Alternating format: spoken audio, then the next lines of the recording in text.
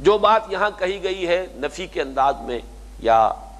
نہیں کے انداز میں، اب اسی کو مثبت انداز میں ترغیب کے پیرائے میں فرمایا ان الذین یغضون اصواتهم عند رسول اللہ اولئک الذین امتحن اللہ قلوبهم للتقوی لہم مغفرۃ واجر عظیم۔ یقیناً وہ لوگ کہ جو پست رکھتے ہیں اپنی آوازوں کو اللہ کے رسول کے سامنے، اللہ کے رسول کے پاس، وہی ہیں کہ جن کو چن لیا ہے، جانچ پرکھ کر اختیار کر لیا ہے، اللہ نے پسند کر لیا ہے تقوی کی تعلیم کے لیے، تقوی کے لیے۔ تقوی انہی دلوں میں آئے گا جن کے اندر یہ ادب ہو، بے ادب بے نصیب، با ادب با نصیب۔ رسول کے ساتھ معاملہ یہ ہے کہ یہ ادب گاہیس در زیر زمین یا زیر آسماں از عرش نازک تر، نفس گم کر دمی آیا جنید و بایزیدی جا۔ کوئی گستاخی، کوئی بھی سوء ادب کا معاملہ نبی کی شان میں نہ ہو۔ جو لوگ یہ طرز عمل اختیار کر لیں گے ان کے امتحان کسے کہتے ہیں؟ جانچ پرکھ، امتحان کے بعد پھر اگلے درجے میں طالب علم کو لیا جا رہا ہے، مزید تعلیم کا گویا کہ اسے مستحق قرار دیا جا رہا ہے، قابل ٹھہرایا جا رہا ہے کہ اب وہ آگے تعلیم میں بڑھ سکتا ہے۔ وہ لفظ استعمال کیا یہاں امتحن اللہ قلوبہم، ان کے دلوں نے ان کے دلوں کو اللہ نے جانچ لیا ہے، پرکھ لیا ہے، جانچ پرکھ کر للتقوی۔ اب یہ اہل ہیں تقوی کے، ان کو تقوی کی نعمت غیر مترقبہ ملے گی،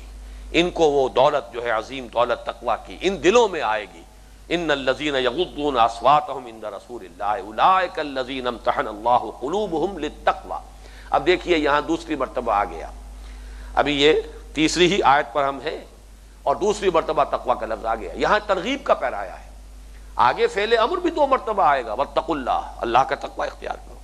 لیکن پہلی آیت میں واتقوا اللہ ان اللہ سمیع علیم، یہاں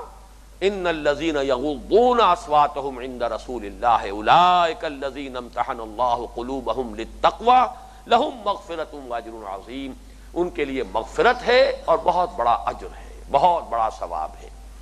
اب بس 2 منٹ کے اندر یہ ایک آیت اور بھی، یہ ایک واقعہ ہے، اس میں کس کی مزید تشریح کی ضرورت نہیں ہے، وہی جیسا کہ میں عرض کر چکا ہوں کہ جو تاریخی پس منظر ہے اور اس میں تعویل خاص کے حوالے سے کہ لوگ آتے تھے جو نو مسلم تھے، نئے نئے ایمان لائے، اکھڑ لوگ تھے، وہ ادب سے بے بہرہ تھے، وہ آتے تھے تو آ کر حضور کے اب حضور کا نظام الاوقات ہے، آپ کے اپنے معمولات ہیں، بجائے اس کے کہ منتظر رہیں کہ حضور برآمد ہوں اپنی حجرے سے عام ملاقات کے لیے تشریف لائیں، اب وہ کھڑے ہو کر آوازیں دینے شروع کرتے تھے۔ ان الذین ینادونک من وراء الحجرات، بے شک وہ لوگ کہ جو پکارتے ہیں آپ کو حجروں کے پیچھے سے۔ ورا کا لفظ جو ہے وہ سامنے اور پیچھے دونوں کے لیے آتا ہے، یعنی پار سے۔ ظاہر بات ہے کہ حجرہ ہے حضور کا، حضرت عائشہ کا حجرہ ہے، حضرت حفصہ کا حجرہ ہے، حضور وہاں ہیں، تشریف فرما ہے، قیلولہ فرما رہے ہیں، جو بھی آپ کا معمول ہے، لیکن اب لوگ باہر کھڑے ہو گئے ہیں تو گویا کہ یہ دیواروں کے باہر سے، یہاں پہ حجرات سے مراد دیواروں کے پرے سے، دروازوں کے باہر سے آواز دے رہے ہیں، یا محمد اخرج علینا، اے محمد باہر تشریف لائیے، ہم حاضر ہوئے ہیں، ہمیں بات کرنی ہے۔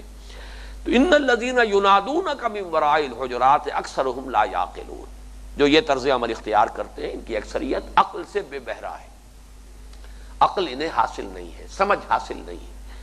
وَلَوْ أَنَّهُمْ صَبَرُوا، اور اگر انہوں نے صبر کیا ہوتا، حتیٰ تخرج الیہم، یہاں تک کہ آپ خود برآمد ہوتے، تشریف لاتے باہر اپنے معمول کے مطابق، حتیٰ تخرج الیہم، یہ سورہ نور میں بھی تفصیل سے باتیں آ چکی ہیں، بغیر اجازت طلب کیے کسی گھر میں داخل نہ ہو۔ اگر یہ کہہ دیا جائے کہ ارجعوا فرجعوا، اگر کہہ دیا جائے لوٹ جاؤ تو چلے جاؤ، اس میں برا ماننے کا کوئی حق تمہیں حاصل نہیں ہے۔ اگر پہلے سے وقت طے کیے بغیر آیا ہے کوئی شخص تو اسے یہ نہیں سمجھنا چاہیے کہ اس کا حق ہے کہ وہ شخص جو ہے اس سے ملاقات کرے، وہ تو یہ ہے کہ اگر اس کے معمولات اجازت دیں گے ملاقات کرے گا۔ اگر کہا جائے ارجعوا فرجعوا، اگر کہا جائے لوٹ جاؤ تو لوٹ جاؤ۔